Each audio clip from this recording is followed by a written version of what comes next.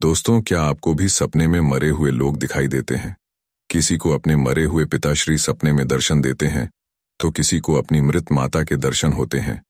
शायद आपने भी सपने में मृत परिजनों को अवश्य देखा होगा, लेकिन सुबह उठने के बाद आप उस सपने को दुर्लक्ष्य कर देते हैं।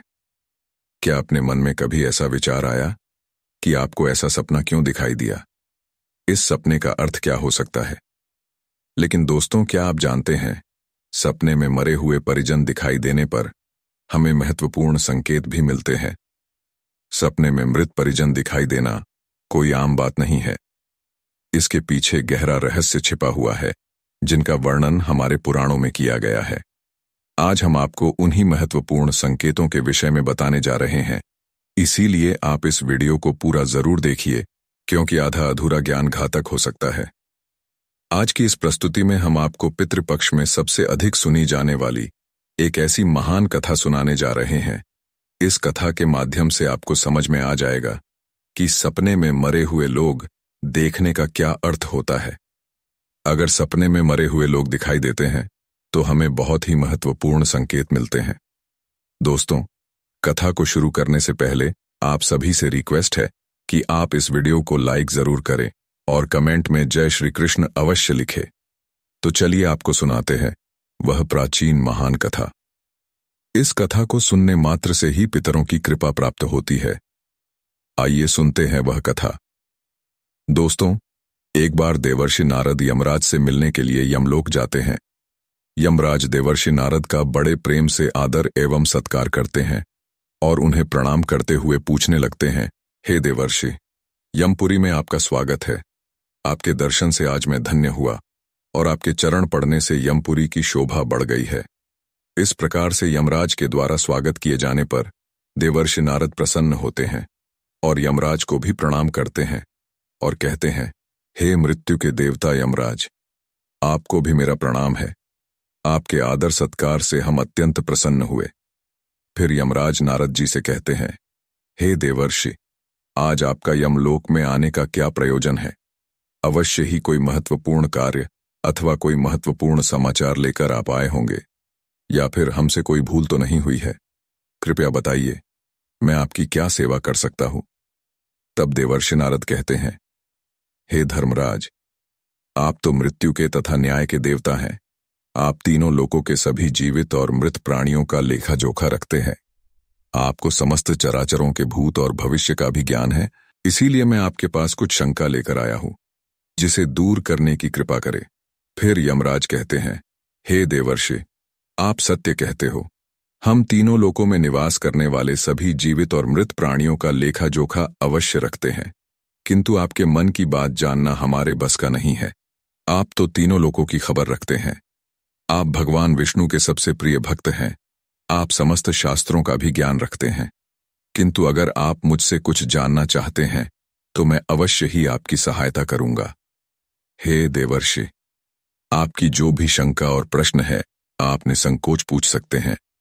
मैं अपने सामर्थ्य के अनुसार उनका जवाब देने का प्रयास अवश्य ही करूंगा। देवर्षि नारद कहते हैं, हे यमराज, मैं पृथ्वी लोक का भ्रमण करके आया हूं।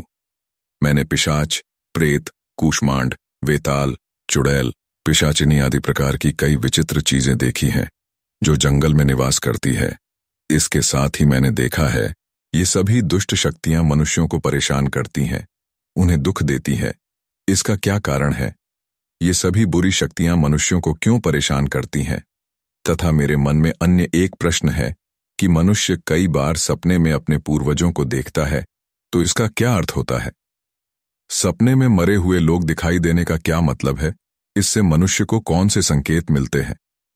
मैं समस्त मनुष्य जाति के कल्याण के लिए इन प्रश्नों के उत्तर जानने के लिए ही आपके पास आया हूं। नारद जी के प्रश्न सुनकर यमराज कहते हैं, हे देवर्षि, आपने समस्त मानव जाति के कल्याण के लिए उचित ही प्रश्न किए हैं। मैं आपको इन सभी प्रश्नों के उत्तर अवश्य देता हूं, किंतु उससे पहले मैं आपको एक अत्यंत पवित्र कथा सुनाता हूं। इस कथा में आपको सभी प्रश्नों के उत्तर मिल जाएंगे। आप इस कथा को ध्यान से अवश्य सुनें। जो भी मनुष्य इस कथा का श्रवण करता है, मैं उसके 32 अपराध माफ करता हूं। तब नारद जी कहते हैं, हे धर्मराज, आप मुझे वह महान कथा सुनाइए मैं इसे ध्यान से सुनूंगा। तो दोस्तों, फिर यमराज देवर्षि नारद को यह महान कथा सुनाते हैं। एक समय की बात है, मध्य देश में एक अत्यंत शोभायमान नगरी थी, जहां पर एक सेठ अपने 4 भाइयों के साथ निवास करता था। उस सेठ का नाम धर्मण था। उसके 5 भाई सुमन, नंदन, विरचन और विभान थे। सेठ और उसके सभी भाइयों का विवाह हो चुका था और सभी बड़े प्रेम के साथ एक दूसरे के साथ रहते थे। सेठ के पास किसी चीज की कोई कमी नहीं थी। वह और उसके भाई बहुत मेहनती थे और मिलजुल कर व्यापार और खेती करते थे। पूरे नगर में सेठ के जितना कोई धनवान नहीं था। यह सारी संपत्ति सेठ को उसके पूर्वजों से ही प्राप्त हुई थी। सेठ के पूर्वज महादानी और दयावान थे। वे सभी दान धर्म तथा अनेक प्रकार के यज्ञ, हवन आदि धार्मिक कार्य किया करते थे।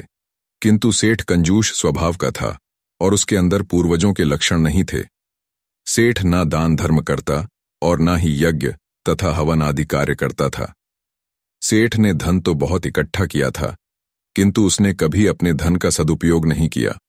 उसने कभी किसी को फूटी कौड़ी भी दान में नहीं दी और न ही उसने कभी दूसरों को भोजन कराया। सेठ के पूर्वज तो मंदिरों में भंडारा दिया करते थे, गरीबों को वस्त्र तथा अन्न का दान किया करते थे, लेकिन सेठ ने अपने पूर्वजों का कभी अनुसरण नहीं किया। वह हमेशा ही धन कमाने में और धन का संचय करने में लगा रहता था, जिससे उसके पास बहुत सारी धन संपत्ति तो हो गई, लेकिन उसके पूर्वज उससे बहुत दुखी और नाराज हो गए। फिर पितृपक्ष आया। पितृपक्ष में सभी पूर्वज अपने पुत्रों के द्वारा श्राद्ध और तर्पण की अपेक्षा कर रहे थे, किंतु उनके किसी भी पुत्र ने अपने पूर्वजों के लिए न श्राद्ध किया और न ही तर्पण किया। उन्होंने न दान धर्म किया और न ही किसी भूखे प्राणी को भोजन कराया। अपने पुत्रों को ऐसी दुष्टता देखकर सभी पितृगण अत्यंत दुखी हुए। सेठ के पूर्वजों को अपने पुत्र का व्यवहार ठीक नहीं लगता था। इसी कारण से वे पितृलोक में भी दुखी ही रहा करते थे। धन कमाने के लालच में सेठ इतना उन्मत्त हो गया कि वह अपने पूर्वजों को भी भूल गया और उसने अपने पूर्वजों का श्राद्ध तथा तर्पण आदि कार्य करना भी बंद कर दिया, जिससे उसके पूर्वजों की आत्मा की तृप्ति नहीं होती थी। वे अपने पुत्र के ऐसे व्यवहार से दुखी रहने लगे। फिर एक दिन उस सेठ के पूर्वज चर्चा करते हैं। वे एक दूसरे से कहने लगते हैं, हमारा बड़ा ही दुर्भाग्य है जो हमारे कुल में इतने स्वार्थी और लालची पुत्रों का जन्म हुआ है। हमारे पुत्र न हमारे लिए श्राद्ध करते हैं और न ही दान धर्म करते हैं। हमारे पुत्रों के कुकर्मों के कारण हमारा पतन हो रहा है। इस प्रकार से विचार करके वे सभी पितृ अपने पुत्रों से मिलने के लिए जाने के विषय में सोचने लगते हैं और कहते हैं, हमें यमराज के पास जाना चाहिए। अब वे ही हमारी इस समस्या का समाधान कर सकते हैं।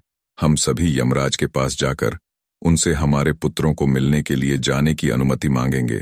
फिर सभी पितृगण यमराज के पास जाते हैं और उनसे प्रार्थना करने लगते हैं। वे सभी पितृ यमराज से कहते हैं, हे धर्मराज, हमारे पुत्रों की मति भ्रष्ट हो गई है। हमारे पुत्र न दान करते हैं और न श्राद्ध और तर्पण करते हैं। उनके अशुभ आचरण से हमारा पतन हो रहा है। वे कभी दान धर्म नहीं करते हैं, जिस कारण से हमारी संतुष्टि नहीं हो रही है। कृपया आप हमें हमारे पुत्रों से मिलने के लिए एक बार जाने दें। हम हमारे पुत्रों को समझाकर लौट आएंगे। उन्हें शास्त्रों का ज्ञान देकर फिर से यमलोक लौट आएंगे।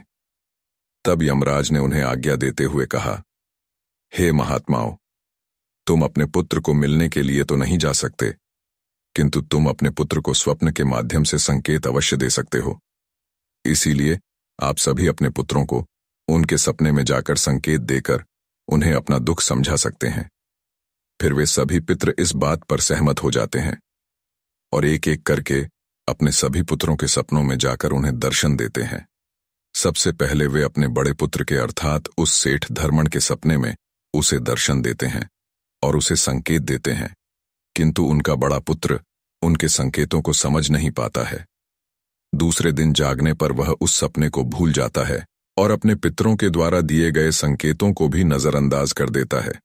इससे वे सभी पितृगण फिर से निराश हो जाते हैं और फिर सभी पितृगण अन्य पुत्रों के सपनों में जाकर भी उन्हें दर्शन देने लगते हैं तथा उन्हें अनेक प्रकार के संकेत भी देते हैं, लेकिन उनके बाकी पुत्र भी उन संकेतों को दुर्लक्ष्य कर देते हैं।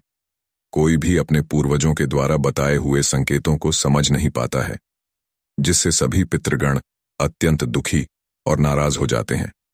सेठ और उसके भाई धन कमाने के लालच में पूरी तरह अंधे हो चुके थे। उन्हें पूर्वजों के प्राप्त द्वारा दिव्य संकेतों का महत्व कुछ भी नहीं लगता था। किंतु पितरों के स्वप्न में दर्शन देने के कुछ ही दिनों के बाद उस सेठ को व्यापार में नुकसान उठाना पड़ता है। उसे व्यापार में बहुत ज्यादा घाटा होने लगता है, जिससे उसकी सारी धन संपत्ति नष्ट हो जाती है। सभी भाइयों में वाद विवाद और लड़ाई झगड़े होने लगते हैं। पूर्वजों द्वारा जमा की हुई सारी जमीन जायदाद को वे बेच डालते हैं और पूरी तरह से बर्बाद हो जाते हैं। सभी भाई एक दूसरे से अलग हो जाते हैं और अपना अपना पेट पालने में लग जाते हैं। उधर स्वर्गलोक में पितरों को अपने पुत्रों की ऐसी दुर्गति देखकर बहुत पीड़ा होने लगती है। सभी पितृगण अत्यंत दुखी और उदास हो जाते हैं। फिर से वे सभी यमराज के पास जाते हैं और कहने लगते हैं, हे धर्मराज, हमसे हमारे पुत्रों की ऐसी दुर्गति नहीं देखी जाती है। हमारे द्वारा किए गए सभी पुण्य कर्मों को हमारे पुत्रों ने नष्ट कर डाला है। कृपया आप कुछ ऐसा उपाय करें जिससे हमारे पुत्रों को उनकी भूल का पता चल जाए। फिर यमराज उन पितरों से कहते हैं, हे महात्माओं, तुम्हारी इस व्यथा को मैं समझता हूं। मैं तुम्हारी अवश्य ही सहायता करूंगा। मैं स्वयं तुम्हारे पुत्रों के पास जाकर उन्हें उनकी भूल के बारे में बताता हूं। फिर दोस्तों, यमराज अपने भैंसे पर सवार होकर पृथ्वी लोक पर आते हैं और उस सेठ के घर की तरफ जाने लगते हैं। जब यमराज सेठ के घर के समीप पहुंच जाते हैं, तभी वे एक साधु का रूप धारण कर लेते हैं। सबसे पहले वे उस सेठ के घर पर जाते हैं तो वह सेठ अत्यंत बीमार पड़ा हुआ होता है। द्वार पर आए साधु को देखकर उस सेठ की पत्नी सुनंदा उनका स्वागत करती है और कहती है, पधारिए हे साधु महाराज, आपका स्वागत है। कहिए मैं आपकी किस प्रकार से सहायता कर सकती हूं। वे साधु रूपी यमराज कहते हैं, हे देवी, मैं भूखा हूं और यात्रा पर निकला हूं। यदि दान में कुछ भोजन मिल जाए तो बड़ी कृपा होगी। फिर सेठ की पत्नी कहती है, ठीक है साधु महाराज, आप रुकिए, मैं अभी आपके लिए कुछ भोजन लेकर आती हूं। सेठ की पत्नी के चेहरे पर दुख के हाव भाव देखकर वे साधु रूपी यमराज कहने लगते हैं, हे पुत्री, तुम्हारे मुखमंडल पर दुख दिखाई पड़ रहा है। अगर कोई गोपनीय बात न हो तो मुझे बताओ, तुम्हारे दुख का क्या कारण है। वह स्त्री कहती है, हे साधु महाराज, आप सत्य कह रहे हैं। पहले हम बहुत धनवान और समृद्ध थे। मेरे पति और उनके भाई सभी साथ साथ रहते थे, किंतु अचानक ही सभी भाइयों में झगड़ा हो गया। अचानक से हमारा सारा व्यापार डूब गया और हम सभी दरिद्री हो गए हैं। यह किस दोष के कारण हुआ है, कृपया आप हमें बताइए। तब साधु कहता है, हे पुत्री, तुम्हारे घर में पितृदोष है। उसी कारण से तुम्हारे पति की यह दशा हुई है। तुम्हारे पति के कर्मों के कारण उसके पूर्वज रुष्ट हुए हैं। साधु की बात सुनकर वह सेठ वहां पर आता है और साधु से पूछने लगता है, हे साधु महाराज, कृपया मुझे बताइए, मैंने ऐसा कौन सा पाप किया है जो मेरा सब कुछ बर्बाद हो गया। मेरे भाई भी मुझे छोड़कर चले गए और मैं बीमार पड़ गया। तब वह साधु कहते हैं, हे पुत्र, तुमने अपने पूर्वजों को नाराज किया है। तुम्हारे पूर्वजों ने जो संपत्ति और पुण्य अर्जित किया था, उसे तुमने और तुम्हारे भाइयों ने नष्ट कर दिया। इसी कारण से तुम्हारी यह दुर्गति हुई है। तुम लोगों ने अपने पितरों का श्राद्ध नहीं किया, उनका तर्पण नहीं किया। इसी कारण से तुम्हारे सभी पूर्वज तुमसे रुष्ट हो गए हैं। तुम्हारे पूर्वजों ने सपने में आकर तुम्हें कई महत्वपूर्ण संकेत दिए थे, किंतु तुमने उन संकेतों को दुर्लक्ष्य कर दिया और अपने पूर्वजों को अपमानित किया है। यही कारण है कि तुम्हारा सारा वैभव नष्ट हो चुका है। इस प्रकार से उस साधु के द्वारा बताने पर उस सेठ को सब कुछ पता चल जाता है। उसे याद आता है कि उसके सपने में उसके पूर्वजों ने उसे दर्शन दिए थे। वह सेठ उस साधु से कहता है, हे साधु महात्मा, आप सत्य कह रहे हैं। हमारे पूर्वजों ने हमें सपने में दर्शन अवश्य दिए थे, किंतु हम उनके द्वारा दिए गए संकेतों को समझ नहीं पाए। कृपया आप मुझे सपने में पूर्वजों को देखने पर क्या संकेत मिलते हैं, इस बारे में बताइए। फिर वह साधु कहते हैं, हे पुत्र, अब तुम ध्यान से सुनो। मैं तुम्हें सपने में पूर्वज दिखाई देने पर मिलने वाले संकेतों के बारे में बताता हूं। साधु रूपी यमराज कहते हैं, हे पुत्र, यदि पितरों का उद्धार नहीं होता है तो वे प्रेत योनि में ही मृत्युलोक पर भटक रहे होते हैं। वे भूख प्यास से व्याकुल होकर अपने परिवारजनों के घर में प्रवेश करते हैं। सुनो वत्स, अब मैं तुम्हें उन सभी संकेतों के बारे में बताता हूं जो तुम्हें ध्यान में रखना चाहिए। यमराज ने साधु के वेश में सेठ को बताया, यदि तुम अपने सपने में अपने पूर्वजों को भूख और प्यास से व्याकुल देखते हो तो यह संकेत अत्यंत महत्वपूर्ण है। इसका तात्पर्य यह है कि तुम्हारे पितृ अभी भी प्रेत योनि में भटक रहे हैं।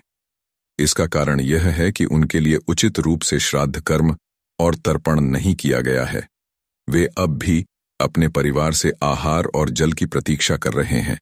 यह स्थिति तब उत्पन्न होती है जब पूर्वजों का तर्पण समय पर नहीं किया जाता या जब श्राद्ध की प्रक्रिया को पूरी श्रद्धा से नहीं निभाया जाता।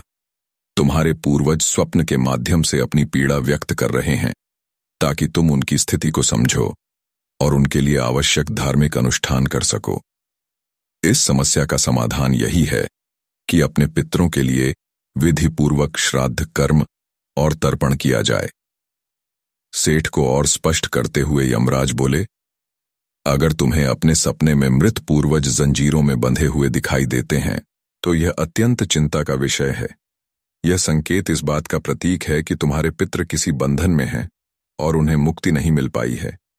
यह स्थिति तब उत्पन्न होती है जब उनके श्राद्ध या तर्पण समय पर नहीं किए जाते या उनके लिए आवश्यक धार्मिक कृत्य अधूरे रहते हैं। यह दर्शाता है कि पितरों की मुक्ति में बाधाएं उत्पन्न हो रही हैं। इस समस्या का समाधान भी यही है कि तुम दान, श्राद्ध और तर्पण का आयोजन करो ताकि पितरों की आत्मा को शांति मिल सके और वे अपने बंधनों से मुक्त हो सकें। यमराज ने गंभीरता से कहा, अगर तुम्हारे पूर्वज सपने में मैले और फटे पुराने वस्त्र पहने हुए दिखाई दें तो यह अत्यंत अशुभ संकेत है। यह इस बात का प्रतीक है कि तुम्हारे पितृ अत्यधिक दुखी और पीड़ित हैं। वे प्रेत योनि में भटक रहे हैं और उनकी आत्मा को शांति प्राप्त नहीं हो पा रही है। यह तब होता है जब उनके लिए श्राद्ध कर्म, तर्पण और पिंडदान नहीं किया जाता। इसलिए जब भी इस प्रकार का सपना आए, अपने पूर्वजों की आत्मा की शांति के लिए तुरंत पिंडदान और तर्पण करना अनिवार्य होता है। सेठ से बात करते हुए यमराज ने समझाया, अगर तुम्हारे पूर्वज सपने में तुमसे कुछ मांगते हुए दिखाई दें तो यह इस बात का संकेत है कि उनकी कोई अधूरी इच्छा बाकी रह गई है। उनके जीवन काल की कोई अभिलाषा अधूरी रह गई थी जो उन्हें मुक्ति प्राप्त करने में बाधा डाल रही है। ऐसे सपनों में यह देखना महत्वपूर्ण है कि वे किस प्रकार की वस्तु की मांग कर रहे हैं। तुम्हें उस वस्तु या उसकी समरूप चीज का दान करना चाहिए ताकि उनके अधूरे कार्य पूर्ण हो सकें और उनकी आत्मा को शांति प्राप्त हो सके। जब उनकी इच्छाएं पूरी हो जाती हैं तो वे प्रेत योनि से मुक्ति पा लेते हैं। यमराज ने सेठ की ओर देखते हुए कहा, यदि सपने में तुम्हारे पूर्वज तुम्हारे सिर पर हाथ फेरते हुए दिखाई दें तो यह अत्यंत शुभ संकेत होता है। इसका अर्थ यह है कि तुम्हारे पूर्वज तुमसे अत्यधिक प्रसन्न हैं और तुम्हें अपना आशीर्वाद दे रहे हैं। ऐसे सपने इस बात का प्रतीक होते हैं कि तुम्हारे जीवन में कुछ अच्छा होने वाला है और तुम्हारे पूर्वज सदैव तुम्हारे साथ रहकर तुम्हारी रक्षा कर रहे हैं। यह संकेत तुम्हारे पितरों की प्रसन्नता का प्रतीक है जो उनके आशीर्वाद के रूप में प्रकट हो रहा है। यमराज ने समझाया, अगर तुम्हारे पूर्वज सपने में तुम्हारी ओर हाथ बढ़ाते हुए दिखाई दें तो यह अत्यंत शुभ संकेत है। इसका अर्थ यह है कि तुम्हारे पितृ तुम्हारे प्रयासों से संतुष्ट हैं और तुम्हें जीवन में सफलता मिलेगी। ऐसे सपने दिखना यह दर्शाता है कि तुम्हारे पितृ तुम्हारे साथ हैं और वे तुम्हारी उन्नति और सफलता के लिए आशीर्वाद दे रहे हैं। इस प्रकार के सपने आने पर तुम्हें यह सुनिश्चित करना चाहिए कि तुम सही मार्ग पर चल रहे हो। यमराज ने चिंतित स्वर में कहा, यदि सपने में तुम्हारे पूर्वज अचानक अदृश्य हो जाते हैं तो यह एक अशुभ संकेत होता है। इसका अर्थ है कि तुम्हारे जीवन में कोई संकट आने वाला है और तुम्हें सावधान हो जाना चाहिए।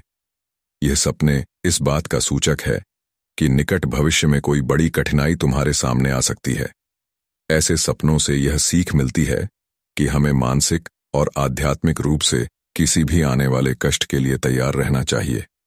सेठ को और अधिक गंभीर होते हुए यमराज बोले, अगर सपने में तुम्हारे पूर्वज क्रोधित अवस्था में दिखाई दें तो यह इस बात का संकेत है कि वे तुमसे नाराज हैं। इसका अर्थ यह है कि तुम कोई ऐसा कार्य कर रहे हो जो उन्हें पसंद नहीं है और वे चाहते हैं कि तुम उस कार्य को बंद कर दो। यह एक चेतावनी है कि तुम्हारे कर्मों में कोई कमी है और तुम्हें अपने मार्ग पर विचार करना चाहिए।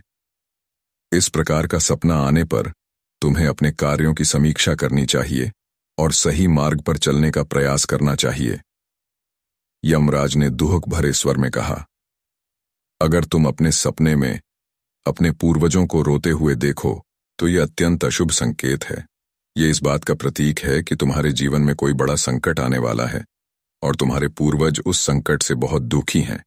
ये सपने इस बात की चेतावनी देते हैं कि तुम्हें सतर्क हो जाना चाहिए और ईश्वर की भक्ति में मन लगाना चाहिए ताकि उस संकट से तुम्हारी रक्षा हो सके। यमराज मुस्कुराते हुए बोले, यदि सपने में तुम्हारे पूर्वज स्वस्थ, प्रसन्न और तेजस्वी दिखाई दें तो यह अत्यंत शुभ संकेत है। इसका अर्थ है कि तुम्हारे पितरों को मुक्ति मिल चुकी है और वे तुमसे प्रसन्न हैं। ऐसे सपने इस बात का संकेत होते हैं कि तुम्हारे पितृ तुम्हें आशीर्वाद दे रहे हैं और तुम्हारे जीवन में सुख, शांति और समृद्धि आने वाली है। यह संकेत यह दर्शाता है कि तुम सही मार्ग पर हो और तुम्हारे पूर्वज तुम्हारी प्रगति से संतुष्ट हैं। यमराज ने चेतावनी भरे स्वर में कहा, अगर पितृपक्ष के दौरान तुम्हें सपने में घोड़ा, हाथी, बैल या कोई विकृत मनुष्य दिखाई दे तो यह इस बात का संकेत है कि तुम्हारे पितरों की मुक्ति नहीं हुई है और वे अब भी प्रेत योनि में भटक रहे हैं।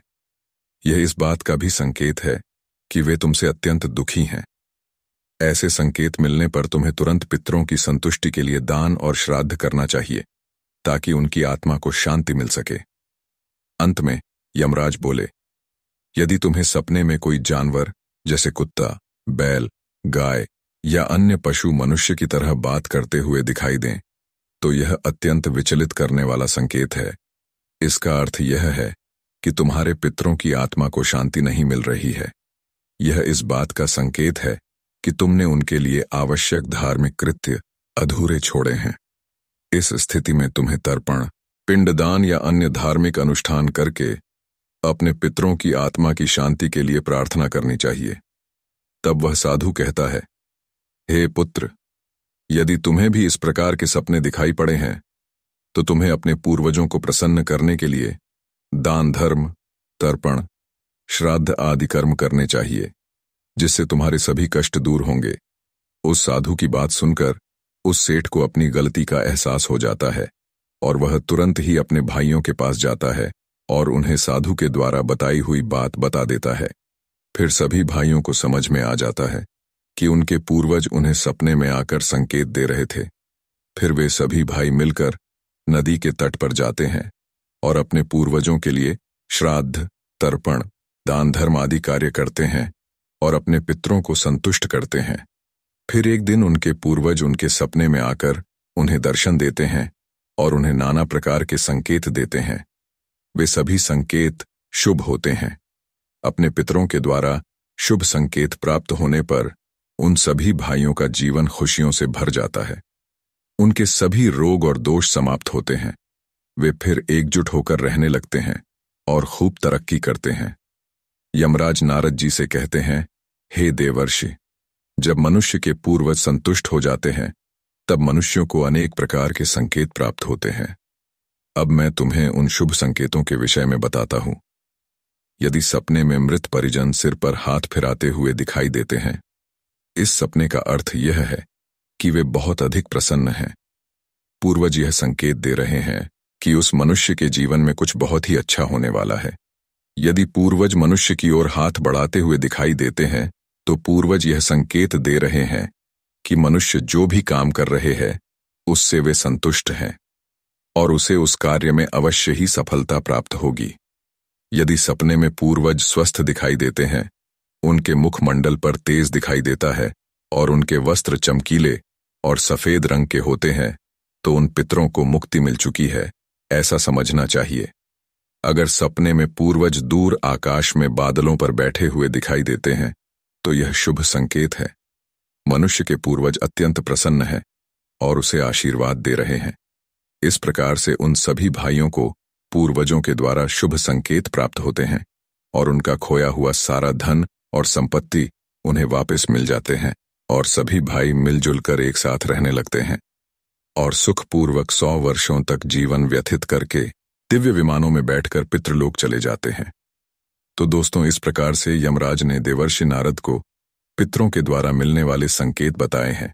आपको यह कथा कैसी लगी कमेंट करके जरूर बताएं। जानकारी अच्छी लगी तो वीडियो को लाइक करें और कमेंट में जय श्री कृष्ण जरूर लिखें। साथ ही चैनल को सब्सक्राइब करें। आप सभी का धन्यवाद। आप